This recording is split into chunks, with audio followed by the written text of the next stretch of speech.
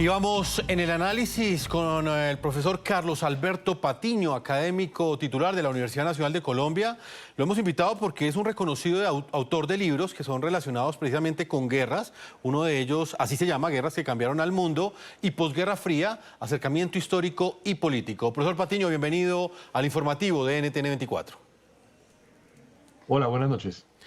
Muy puntualmente, profesor Patiño, ¿por qué cree usted que el Departamento de Defensa de los Estados Unidos, bajo la administración del presidente Donald Trump, ha decidido redireccionar el Gerald Ford hacia el Caribe? ¿Cuál es el significado de que este poderoso portaaviones esté cada vez más cerca de las aguas internacionales que colindan con Venezuela? Pues mire, la explicación oficial que han brindado hasta ahora los funcionarios del gobierno Trump es que hay una, digamos, disputa fuerte contra las, digamos, grandes organizaciones del narcotráfico, que además transporta droga a través de embarcaciones y obviamente allí hay una especie de establecimiento de barreras. Sin embargo, tampoco es inocultable que hay un intento de cambiar por la fuerza el régimen de Venezuela, el régimen de Nicolás Maduro, y allí pues habría que recordar que hace unas semanas también Donald Trump anunció que autorizaba las operaciones encubiertas de la CIA dentro de Venezuela. Todo parece estar encaminado a ejecutar o a presionar unas operaciones de carácter psicológico donde los miembros del mismo régimen venezolano, específicamente los militares, entreguen o presionen la salida de Nicolás Maduro, pero también de Diosdado Cabello y posiblemente de Vladimir Padrino, el ministro de Defensa, que es quizás la clave del poder militar. ¿Por qué hacia el poder militar? Porque los militares son, desde que Hugo Chávez asumió el poder en 1998, el eje central del poder político en Venezuela. Profesor Patiño, ya estamos hablando de un 14% de la flota naval de Estados Unidos que se encuentra en el Caribe. ¿Existe precedentes de un despliegue militar de esta magnitud? Pues no veíamos una operación de este tamaño desde la invasión de los Estados Unidos a Panamá para la captura de Manuel Antonio Noriega, un país mucho más pequeño que Venezuela, que además carece propiamente de fuerzas militares y que tiene básicamente es un cuerpo de policía con algunas capacidades militares, pero no es un ejército en sentido estricto, y tampoco veíamos un despliegue más o menos parecido a lo que significó la invasión de la isla de Grenada, algo realmente, un territorio realmente muy pequeño y que tampoco es comparable con el tamaño de Venezuela. De forma tal que no veíamos operaciones de este estilo desde el marco de la Guerra Fría en América Latina y mucho más todavía cuando en el año 2013 John Kerry, que fue el segundo secretario de Estado del gobierno de Barack Obama, había dicho que la doctrina Monroe y el intervencionismo norteamericano en América Latina prácticamente estaba descartado. Profesor Patiño, vamos a marcar una pausa comerciales. Cuando regresemos continuaremos ampliando esa noticia. Rusia ha calificado de inaceptables y de ilegales esas operaciones que está ejecutando los Estados Unidos en el Mar Caribe. Una pausa y ya regresamos.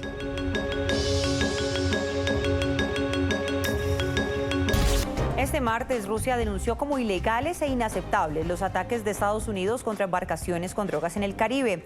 Defendiendo el régimen de Nicolás Maduro, aliado del Kremlin, el ministro de Asuntos Exteriores ruso, Sergei Lavrov, acusó a la Unión Americana de utilizar como pretexto la lucha contra el narcotráfico para cometer actos que, según dicen, violan las leyes. No puedo terminar mis declaraciones sobre Venezuela sin manifestar nuestra postura sobre lo inaceptable de las medidas tomadas por Estados Unidos. Con el pretexto de luchar contra el narcotráfico de drogas, están destruyendo embarcaciones que, según ellos, transportan drogas sin ningún juicio ni investigación. Y no solo sin juicio, sino sin presentar ningún hecho a nadie. Así es como actúan en general los países sin ley, así como aquellos que se consideran por encima de la ley.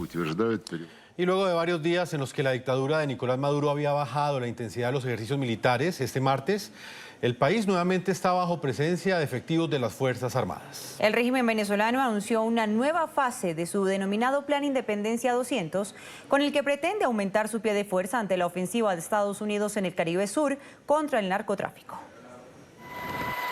Con una presión inédita por parte de Estados Unidos y una ofensiva militar en aguas internacionales cerca de las costas venezolanas, el régimen de Nicolás Maduro desplegó 200.000 militares para, según dicen, hacer contrapeso a la situación. Somos amantes de la paz, amamos profundamente la paz.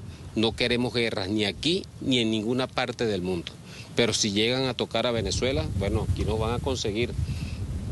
Pásense por las calles. Pásense por los cuarteles, pásense por las comunas, pásense por las unidades comunales de milicia y ahí verán un pueblo determinado a defender esta patria hasta la muerte. El despliegue, que incluye medios terrestres, aéreos, navales, fluviales y misilísticos, comenzó el martes a las 4 hora local y terminará este miércoles. Dicen que es la fase superior del denominado Plan Independencia 200.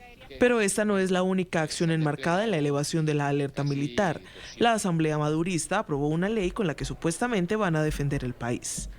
Las honorables diputadas y los honorables diputados que estén a favor de aprobar la segunda discusión del proyecto de ley del Comando para la Defensa Integral de la Nación, de conformidad con lo establecido en el artículo 106 del Reglamento Interior y de Debates, sírvanse manifestarlo con la señal de costumbre.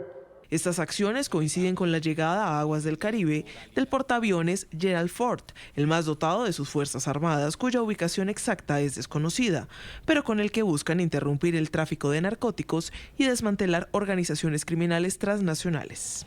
Continuamos con el análisis de la noticia más importante del día. Profesor Carlos Patiño, ¿ha escuchado usted a Padrino López, al ministro de Defensa de la dictadura, quien ha dicho lo siguiente: nosotros seguiremos firmes en nuestra determinación de prepararnos para defender la patria en todos los ámbitos? ¿Qué capacidad de respuesta militar tiene en este momento la dictadura venezolana? Y se lo pregunto en el contexto del apoyo que ha tenido de uno de sus principales aliados, de Vladimir Putin, de Rusia. Pues el apoyo internacional realmente es muy limitado. Rusia no tuvo la capacidad de intervenir ni apoyar a Bashar al-Assad ante el derrocamiento, al inicio del derrocamiento, del proceso de derrocamiento que encabezó Ahmad al-Sharaa a principios de diciembre del año 2024, teniendo claro que Siria era mucho más importante para Rusia de lo que es Venezuela. Tampoco fue capaz de apoyar a Irán tanto en el 2024 como en el 2025 en las confrontaciones con Israel, y mucho menos frente a el ataque de los Estados Unidos en lo que se llamó la Guerra de los 12 días. Y aquí hay que recordar que además Irán es muy importante porque ha sido de los aliados fundamentales para ir a la guerra en Ucrania, junto con Corea del Norte y la República Popular de China. En ese contexto, el apoyo de Rusia es más simbólico, puede otorgar alguna información de inteligencia, puede mover algunas posibilidades de municiones, pero en realidad no es un apoyo determinante en términos militares ni estratégicos. Rusia no tiene cómo hacerlo, y en el caso de China, pues a China no le interesa entrar a una confrontación. Y algo sucede también parecido con Irán, que está mucho más enfocado en defenderse de manera directa de Israel, y en la competencia mucho más fuerte con Arabia Saudita y Egipto. Profesor Patiño, ¿el objetivo final de esa poderosa operación militar de Estados Unidos es solo la dictadura de Maduro, o cree usted que también está la dictadura cubana y la nicaragüense? Pues hay algunos observadores que han dicho que estando Marco Rubio tan posicionado como secretario de Estado, habría que tener claro que lo que se buscaría es no solo cambiar el régimen en Venezuela, sino también incluso cambiar el régimen en Cuba y en Nicaragua. Está por verse si en realidad va a haber un efecto de este estilo, o si solo es una especie de amenaza de Donald Trump, y lo que estaríamos viendo en el próximo mes o mes y medio o 2 meses, se retiraría y diría que ha tenido un gran éxito a limitar el narcotráfico y la exportación de drogas, de forma tal que Donald Trump tampoco se ha comprometido de manera explícita ni directa con cambiar el régimen de Venezuela. Esto es más una suposición que se hace de los análisis, de lo que ha dicho, de esas ambigüedades en las que se ha manifestado. Y al respecto también Pete Hegseth, el secretario de Guerra, como lo llama este gobierno, ha también mantenido una posición ambigua alrededor de cuál es el objetivo final. El objetivo explícito, que también es bastante ambiguo, es el de combatir el narcotráfico y las embarcaciones que llevan narcóticos hacia los Estados Unidos. Pero habría que recordar que uno de los principales productos alucinógenos que se combate es el consumo del fentanilo, y de fentanilo no sale prácticamente ni de Colombia, ni de Venezuela, ni de estas rutas que también involucran a Ecuador o a la producción de drogas en Panamá o Brasil. Profesor Carlos Patiño, gracias por su tiempo. Una feliz noche. A ustedes, muy amables.